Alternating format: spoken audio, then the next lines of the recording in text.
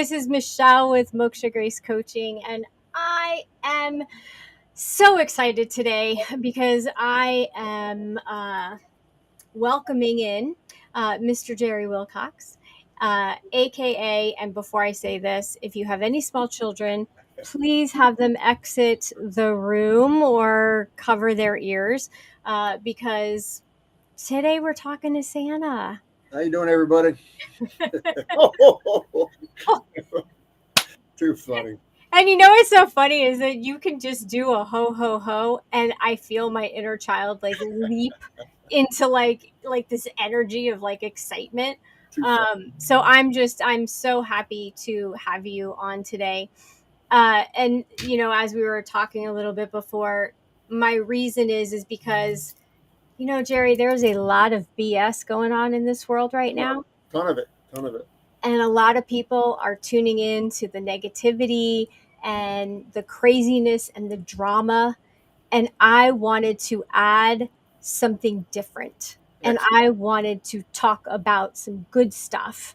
I agree. We need Yeah, to start spreading good stuff and talking about good stuff. Maybe all the good stuff will happen, right?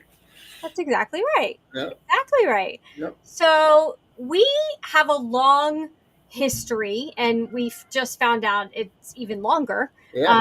You met Krista before you even met me. Yep. We met when I worked at a hospital, a healthcare system, and you came in as Santa.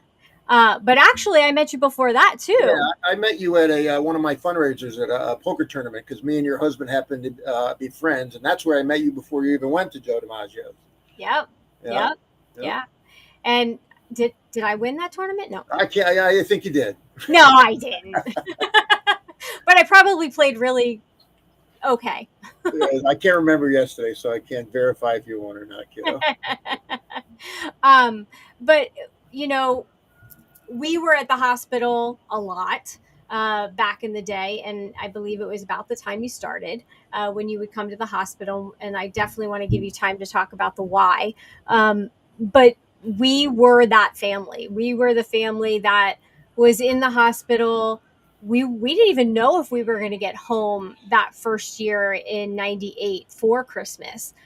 Chris was diagnosed beginning of November, but we were in for the whole month, spent Thanksgiving there, and we weren't sure what Christmas was going to look like. Yeah. And so being able to hear about all of the activities that were planned, it gave us hope, it gave us some happiness, and it gave us something to think about. But from your side, what was your reason for starting to do what you do? Um, you know, nothing ever. I haven't had cancer in my family. I do have four beautiful children, and I was taught, to do the right thing growing up, and you don't need a reason to help people, and I just couldn't imagine going through what you and your family went through at the time, and what would help me get through it. And at that time, it's not money, it's nothing like that. It's just you just want to see your kids smile, and that's where we came in. We started doing things like that. The big thing was I love Christmas. My mom always the big tree, everybody coming over, and we didn't want Christmas to be a burden. And what I mean by that is, how the financial situation is, because Mm-hmm. when you're dealing with cancer, you're at the hospital a lot. You got to make a decision. Well, they're not letting me off of work, and then you've got your co-parenting, and you're just trying to make it happen, and it's very difficult. So a family going through these financial burdens, because they're dealing with cancer, we didn't want Christmas to be a burden. So we started doing fundraisers, and this is before I was even doing Santa. I was just trying. Went to the social workers and asked if I could do something like this. So we started taking wish lists. So the social workers would get with some of the families that really needed assistance, Mm-hmm. and they would get their wish list, and we would provide as many toys as we could just to take the burden off. So Christmas was more, and food too. We'd send gift cards for Publix and stuff like that. So that Yeah. was the main reason I got into it. And then I wanted to dip into it a little more and do the Santa thing. It's very kindness and giving is very addictive. Mhm.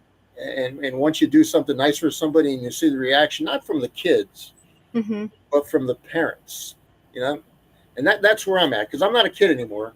I'm a parent that loves my children, Right. and I really do it for the parents because I can't imagine what they're going through, Mhm. and I know what it would mean to me just to get somebody to help out and put a smile on my kid's face. So that's the main reason I do it. Yeah. And I can tell you from the parent perspective from that point, and she was 3 back then. Right, It was, I'm not going to be able to take her to go see Santa Claus. right, Like, I can't take her to the mall. We can't go shopping. right, Um, right, there's a new normal, and what does that even look like?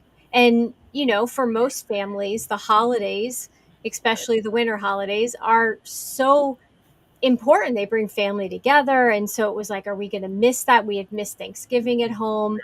right, And so then the thought of, well, my goodness, now what? And right, so, yeah, to hear the jingling coming down the hallway right, and to see the kids smiling right. and knowing that you're giving them some normalcy back, Yep. and the parents as well, and you're relieving so much stress.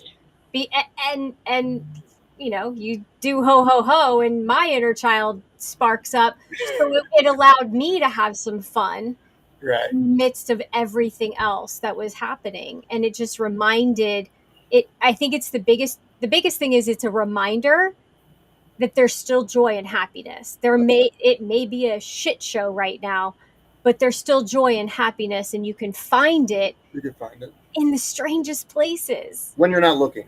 when you're not looking. You When you're just not looking is when it hear the jumps up jingle and hits you. bells. Yeah, yeah, you Yeah, hear but the you brought up a point. You know, the the refrigerator picture of Santa Claus and your kids is so important to every American family. hmm And I remember being in rooms, doing my Santa gig and going from in the ICU unit where a lot of these kids weren't coming home. Yeah. And I remember one instance. There is a child. I don't know if it was cancer, but things weren't looking promising. And I remember going in there and asking if you ask before you go in if they want like a picture, and the Mhm. family said yes. And I remember going in there and doing my Santa thing with the baby. And I remember I get emotional just talking about it, but I remember the family standing behind me saying, "See, honey, we got our picture. We got our picture with Santa." So it just shows you how the gift of Santa, how important he is, in every aspect of the way. But Yeah, you know what it's like. You don't know if your kid's coming home, and just just a small gift of just this little picture of Santa and their child yeah. is so important to the families.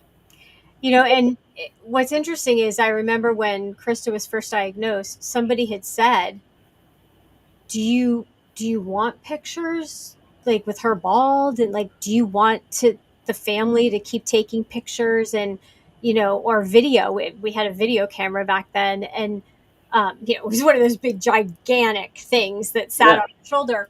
um and I was like, yes, of yeah, course we yeah, have to document this, because she's going to want to see it yeah. after, when she gets older. She's going to want to see it. We're going to want to see it. This is part of our life now. The This story. is our normal, right? It's our family story. It's our origin story. Yeah, And yes, absolutely. And no matter what you believe in, no matter what faith or religion right, you are, right. at least for me, and I think for you too, Santa is so much bigger than Oh, Santa's a superhero.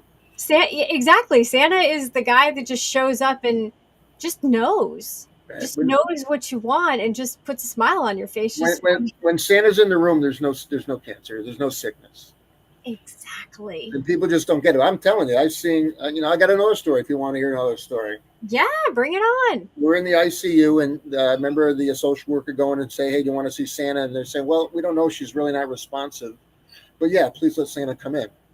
So I came in through the room. As you know, the ICU has the curtain, so I pulled the curtain up, and there was a little girl laying flat on her back in a crucifix position, in a cage, I guess, so they don't. And I had one mom holding the daughter's hand on this side, and dad on the other side of the crib holding this side.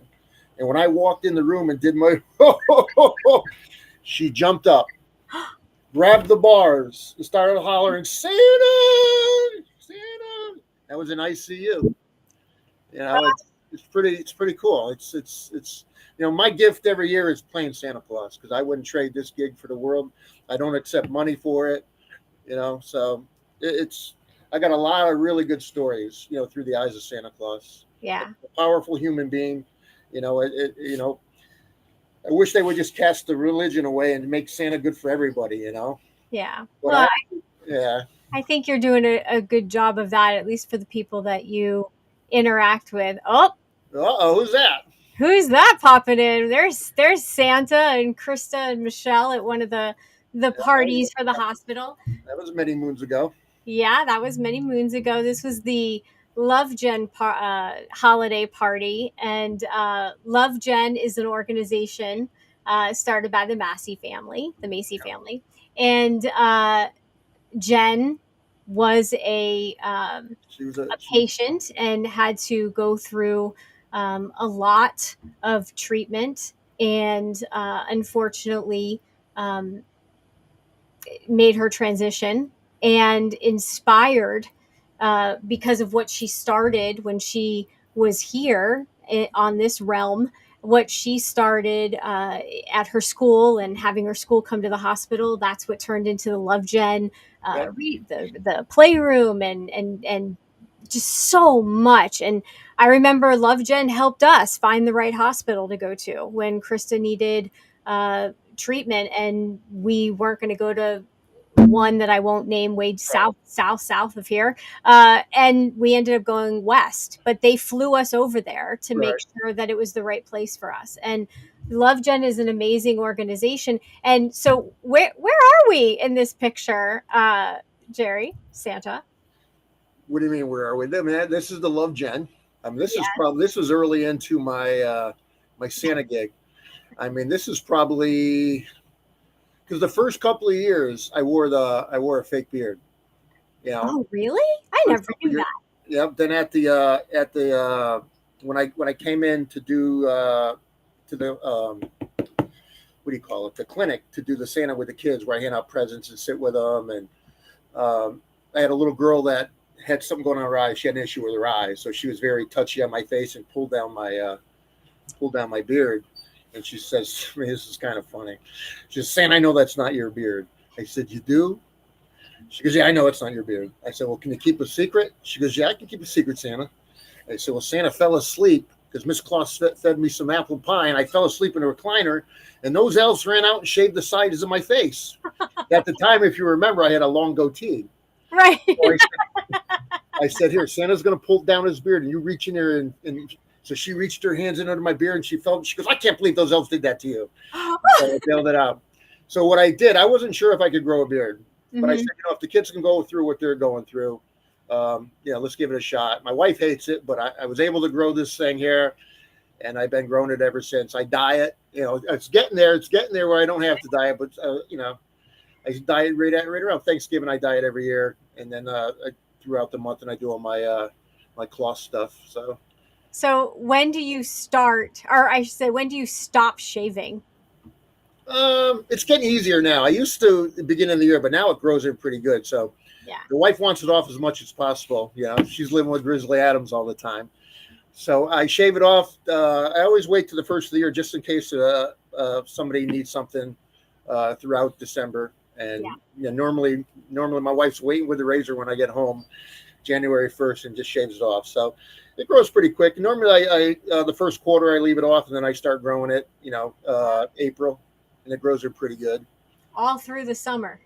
Oh yeah, all through the summer. Oh, Now I'm in Connecticut. It's not so bad, but that summer stunk.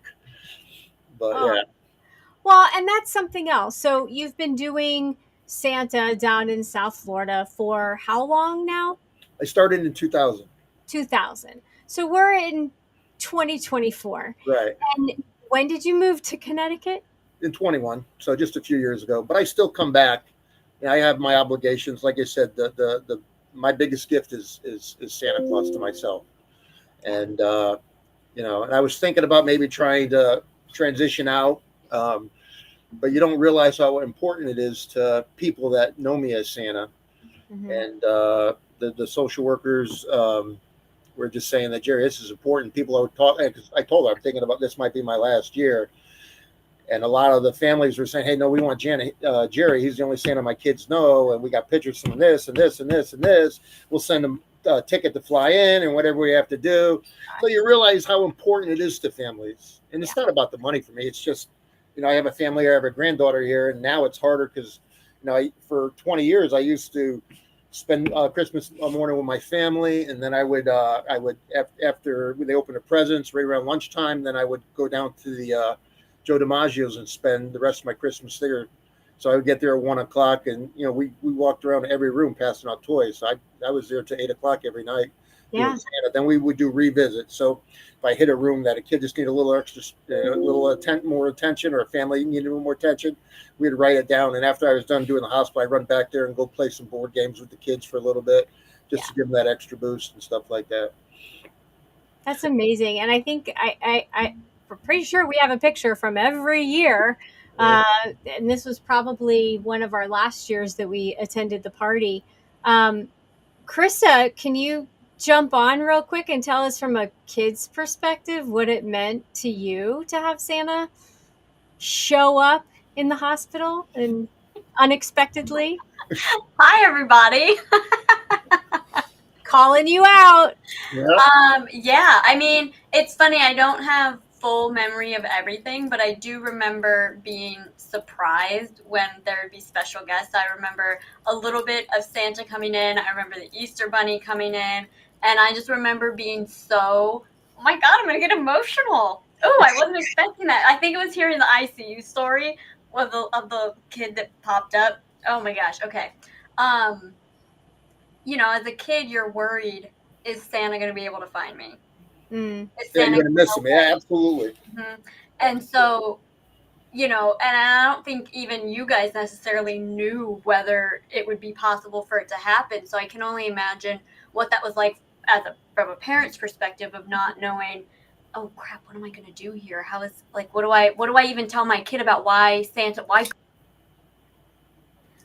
and I'm back. Um, and, and so, but as a kid, you're wondering, is Santa gonna be able to find me? What does this mean for Christmas? Am I gonna get presents? Because the other thing too is kids are very smart, and a lot of times we don't give them credit for how smart and intuitive they are. And so, as a kid, like even at 3, I'm sure there was a big part of me that at least could sense that you guys were stressed out. And so then, what is that gonna mean? Is that mean what does that mean for Christmas? And so to be able to have Santa pop in, I mean, like Jerry said, I mean, everything goes out the window when Santa's there. Yeah, everything. Yeah, I mean, it's just that like makes your year. You forget about everything that's going on.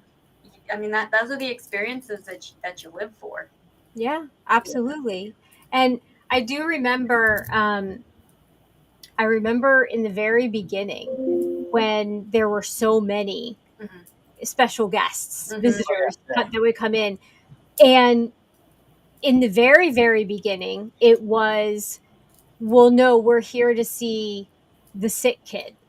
Oh, And so here's my son who's 5, and he's not sick, but he's there. His family is there. And they were like, oh, no, no, no, we only have gifts for the patients. And I would send them away. I'd send them packing. Like, no, either you, or the other thing I did was my mom, God rest her soul, would buy gifts and we would wrap them and we would have them hidden.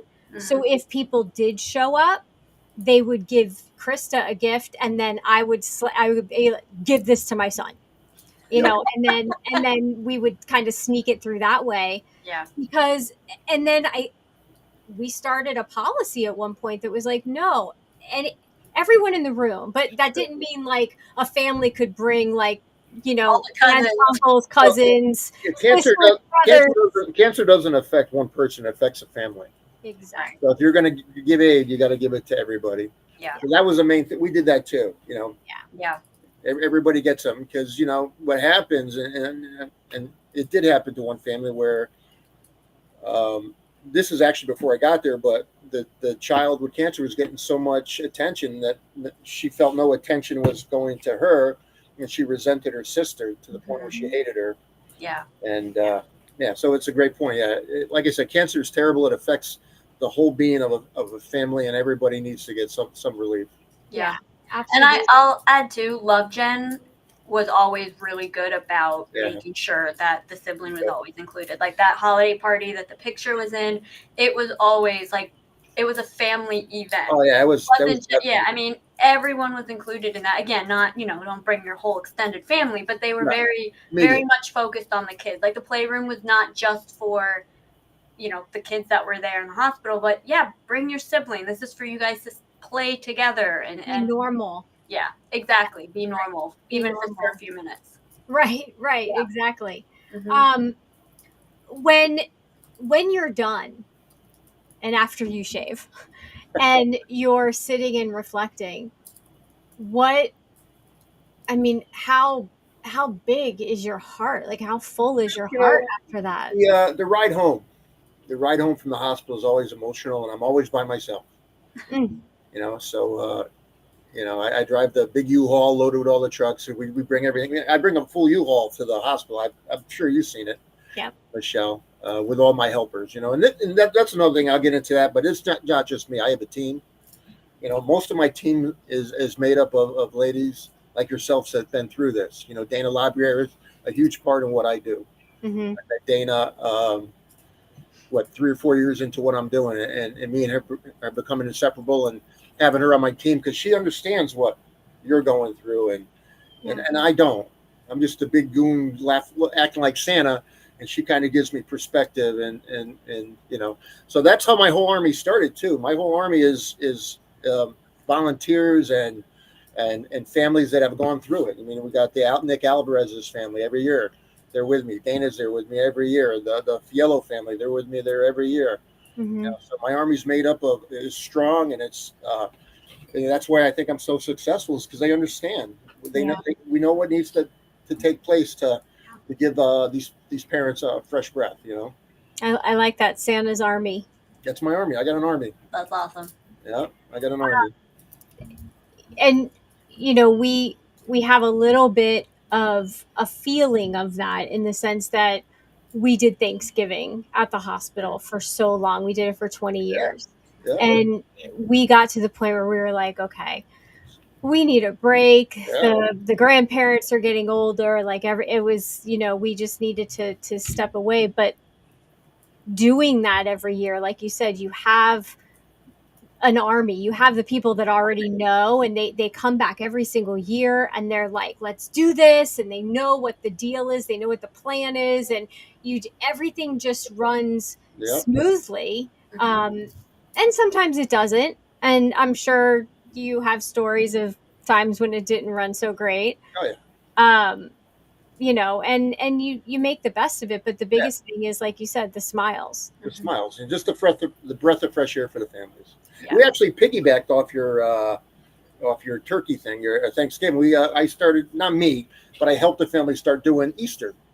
The, Oh, lovely. the Yeah. Fiella family, remember they started doing the yeah, but when the COVID hit, it stopped all that. But that's Yeah. very rewarding too. Yeah. To be Yeah. there and give somebody just like you said. Oh man, we're gonna miss Christmas because I'm at the hospital. No, you're not. We're bringing Christmas to you Right. with Easter and Thanksgiving. We're bringing it to you guys. You're not going to miss out on the thing. Don't worry about it. Just keep going. Keep Yep. moving forward. Exactly. Yeah. And the reason why we had started doing it was when we were in the hospital for Thanksgiving. Krista had refused to eat. Like she was like, I ain't eating. You guys are giving me this yucky medicine and stuff. I don't feel good. I'm not eating. And my mom was like, I'm making Thanksgiving. So that's just that. And she brought Thanksgiving to the hospital for us, and Krista smelled the food and all of a sudden got ravenous and ate and ate and ate. And Thanksgiving is still, and you can tell your own story, but Thanksgiving is your favorite holiday, I think. Oh yeah, you got football and eating. You got the stuffing and the marshmallows. And our biggest rule was everything had to be homemade. Yep, that's Don't these people deserve homemade. Do not bring anything that was, store bought. Now, I will say the only thing we did allow was Costco's pumpkin pie, but that was because there were people who specifically liked that. Well, what about cranberry? Did you make your own cranberry, or did you bring that? Yeah. Oh You yeah, made I your own almost, cranberry I sauce. almost burnt the house down once doing that. Yep. Yep, fire department came and all. Well, that's funny you said that about her eating. I'm trying to remember. I'm not bringing up names because I don't know. Yeah, don't. There was a young lady that was, and this is, I think, when you were still at the hospital, that she got the flu, and the flu attacked her organs and something. She was in the hospital for a long time. Has been eating skinny, and we were doing the Easter thing, and the family came and brought her plate up, and they were so amazed that she ate. Mm-hmm. She ate. And the family got so emotional that my daughter's not eating. You don't understand.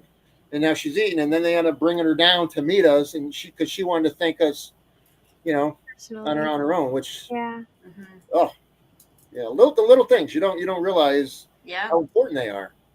Well, it's true. I mean, because what's the holiday season without Santa or the Jingle Bells? What's Thanksgiving without the marshmallow and sweet potato pie? And if you're a kid and you're not expecting it and you think you're stuck, in the hospital, and then all of a sudden you see something so familiar, then I think you're right. I never really thought about it like that, but yeah, I think they feel like they're stuck and they're never going to move forward. And I think the holidays are moving forward. It's normalcy. Yeah. And when you're in the it seems like when you're in the hospital, nothing's normal anymore. Yeah. You can't have no friends, and I don't have my stuff, and Is Santa going to find me? I think I got hollered at by you one time. Me or yes. Krista? Yes. I was out. I wasn't doing Santa, but I not only do I do Santa, but I also do. We were doing back before before the COVID and everything, but we were doing little picker ups. So we would do things in the middle of the if you were like in the beauty and stuff and princesses, we would do a little princess thing where we come in, we invite your friends, we do a makeup in your room and stuff like that, and just do little parties. But the same girl I was talking about with the not eating. Yeah, not eating. I brought her a fish. You remember the fish that you hollered at me about? The ICU? So I wasn't really thinking about anything. I just knew this girl. I do remember this. Huh? I kind of remember this. So I wasn't thinking. So many moons ago, I met Danielle Faleco. You remember Danielle Faleco? Yes. It kills me. Especially a young lady. But I brought her a fish, and it meant so much to her. But this was like 10 years later when I first started doing it. So she named the fish Jerry, and the parents told me, dude, she loves this fish, and she likes it because she's so used to taking care of people. Now she can take care of her fish. So I thought of this poor girl. So I brought her in a fish, and she loved it. And I get the phone call the next day, Jerry, did you bring a fish in the ICU? I said, yes. You cannot bring a fish in the ICU. I said, I wasn't really. You got to run this stuff. I wasn't really thinking about that. Remember? That is so funny because whenever we watch movies and someone's like in the ICU or something like that, and in the movies they'll bring flowers or all of these different things, and I'm like, that's allowed. That's not hospital protocol. They obviously didn't consult any medical staff for this movie. Well, I will tell you that I apologize. No, however, it promise you did not come from me. But just so you know, after you ripped me a new butthole. I do not. No, you didn't. You didn't. I got a call back the next week, and I can't remember who it was from, but they said, we just want to let you know that we think your fish idea is a fabulous idea, and we're going to start doing that. But I didn't get it approved or asked. I wasn't thinking. I was just trying to make this girl smile, and so I got her all fed up with the fish tank. But no, now it's okay now, I guess. Yeah, well, and of Funny how course, it's I something had that to be the one to make the It phone was all call. right. You didn't rip me. You were very nice. What's funny is when I first started working there as the family advocate, I remember that there was a little girl in the oncology unit, and in the oncology unit, you can't have live Right. flowers or plants, and I mean that's a known thing. And this abuela bought the grandchild these beautiful, beautiful flowers, Right. and all the she just wanted to see what her grandmother sent her. Right. And they would not, like, I was not allowed to bring those flowers on that unit. Really. And so I had I had a key to the roof. And I thought about it, and there was a playground back in the day on that roof. And so I could let kids out there to play on the playground, and it was screened in everybody. Right. It was very safe. Um but I knew that there was a picnic bench, Right. plastic, Yeah. little tykes or whatever. And this little girl's room, her window faced the playground. Okay. So I snuck out on the roof and I pulled the picnic table over to the window, put it, and then grabbed the flowers, put the flowers on top of the picnic table so she could see them. They didn't last as long as they would have if they'd Right. been air conditioned, but she got to see You got her to see him. flowers. Got to see him. And all it took was me thinking outside of the box Right. and going, instead of we can't do this, how can we do this? Mhm. Gotcha. And I think that's when some things started to change and people Yeah. realized, like, oh, we should start thinking a little bit like Outside that. the box a little bit. Yeah, outside of the box. Cue patient and family centered care. Yes, patient and family centered care. And I will say real quick too, all of these stories, like you said, Jerry, before, sometimes it's just the little things. It's Little not things. even necessarily the big grand gestures. It's taking the time to consider, what does this person need right now. Right. That little girl needed to see those flowers. All the different kids that you went to see, they needed to see Santa in that moment because it gave them something Yeah. to look forward Normalcy. to. Normalcy. Exactly. And it's not necessarily some big grand gesture. It's just being there and Yeah. showing up. And like you said, how can we make this happen? Not, we can't Yeah. do that. And the picture, and I'm going to go back to that picture because how many times just being there as an employee did I see that sometimes those pictures were the last family picture, Yeah. the everyone together. Yeah. And you did that. Like, you were able to provide that moment for them. Mhm. And you're just such this big angel and just this big lump of love and just so Lump of love. grateful. Lump of love. I'm gonna tell my wife. I was called a lump of love, honey. Lump of love. I call my golden retriever a I'm a lump. lump. I'm a lump. You're comparing. I mean that with all the love. I know. I'm only joking with you. But it's just Oh, God. thank you. And also, I had let our favorite child life specialist know that you were going to be here today, and Annie? she wanted me to give you a big shout out and just how much that you are loved and Appreciated. appreciated, and she cannot wait to see you. And plans have already started, and just everything that you do and all that you are. And not only that, but your wife and your kids, Yeah. they are appreciated as well Yeah. because they're giving of their time with you. Right. And that's something that needs to be thought about and given gratitude for. I appreciate it. Absolutely. Thank you very much. Yeah, and thank you so much I have for. one story I want to tell you before. Yes, please do. Because you brought it up about the bald head. Yes. So all the kids that come in, they're kind of ashamed and embarrassed, so they're always wearing hats or. So I had this at the clinic. When the kids come to pick up all the gifts for me before I go to the hospital. I sit in there all day with Sammy and meet all the meet all the family. So this one little boy came in. He had to be 5, and he had a nice hat on. I forget what you call the hats, like a derby hat. Uh-huh. Nice Oh hat. yeah. Okay. So I said, we're going to take a picture, and I knew he was covering up. So he's on my lap, and I'm talking to him, and I said, "You want to take your hat off?" He says, "No, Santa, I have cancer." I said, "Well, why can't you take your hat off?" So he goes, "I'm just not comfortable taking my hat." I said, "Okay." So I did this, and he says, "Santa, you have cancer too?" I know, right? I said, "No." I said, "No, but it's okay to be bald."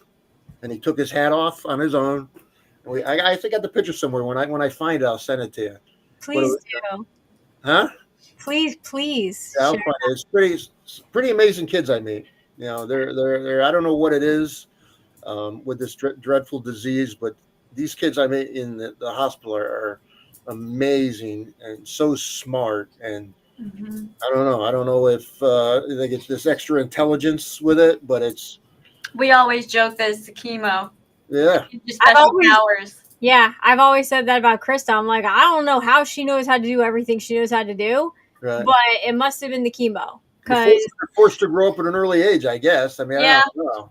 trauma will do that to you. No. Yes, I'm glad you're doing okay. You're doing okay now, Kristen, everything? Or? Yeah, I'm doing fantastic. Couldn't be better, honestly. Excellent. Yeah, yeah. I do want to say, because I'm going to be sending this specifically to a couple parents that are currently battling Yeah, and helping their warriors, their little warriors. And it is about the mindset Hmm. and having that positive mindset. yeah, You may not feel positive. You got to make the room positive. You right, got to fill it with joy and love and laughter and light and keep things going. One of our favorite nurses said to me, you got to keep the routine. You got to give her chores. You got to even reprimand her because otherwise you're going to take home like a spoiled brat, no, which no, no, no, did not normal. happen. But there is light at the end of the tunnel. It does happen, and don't focus on numbers, don't focus on percentages, just focus on you and your amazing battle that you're helping your warrior. Right, And this is to the parents. You're helping your warrior, and you're that person, that strength behind the warrior. And just keep that mindset as positive as you can. And if you need help, absolutely. reach out. And I still wear my bracelet, my never give up bracelet. That's our family motto since Never back give it up. then. And Never quit. Hmm. No yep. quit. And no surrender is another family that we all know and we love. And big kudos to them. And we I think we can say that we love you all. And Jerry, thank you so much for being Anytime. here. Krista, Anytime. thanks for popping in. Of course. And please tell Santa that Krista's been a very good girl this year. I don't know about that. I don't know about that either. No, I'm kidding. I'm kidding. Thank you, and let us know when you're going to be down. I would love to be able to stop by, see you, help out, and I do the Love Gen every year, so then I mix in the clinic. So I come down for 2 weeks and try to mash everything into a session there. Oh, cool. Perfect. All right. All right. Well, thank you so much again for joining us, and we look forward to seeing you soon. Pleasure. Nice seeing you guys. All right, bye.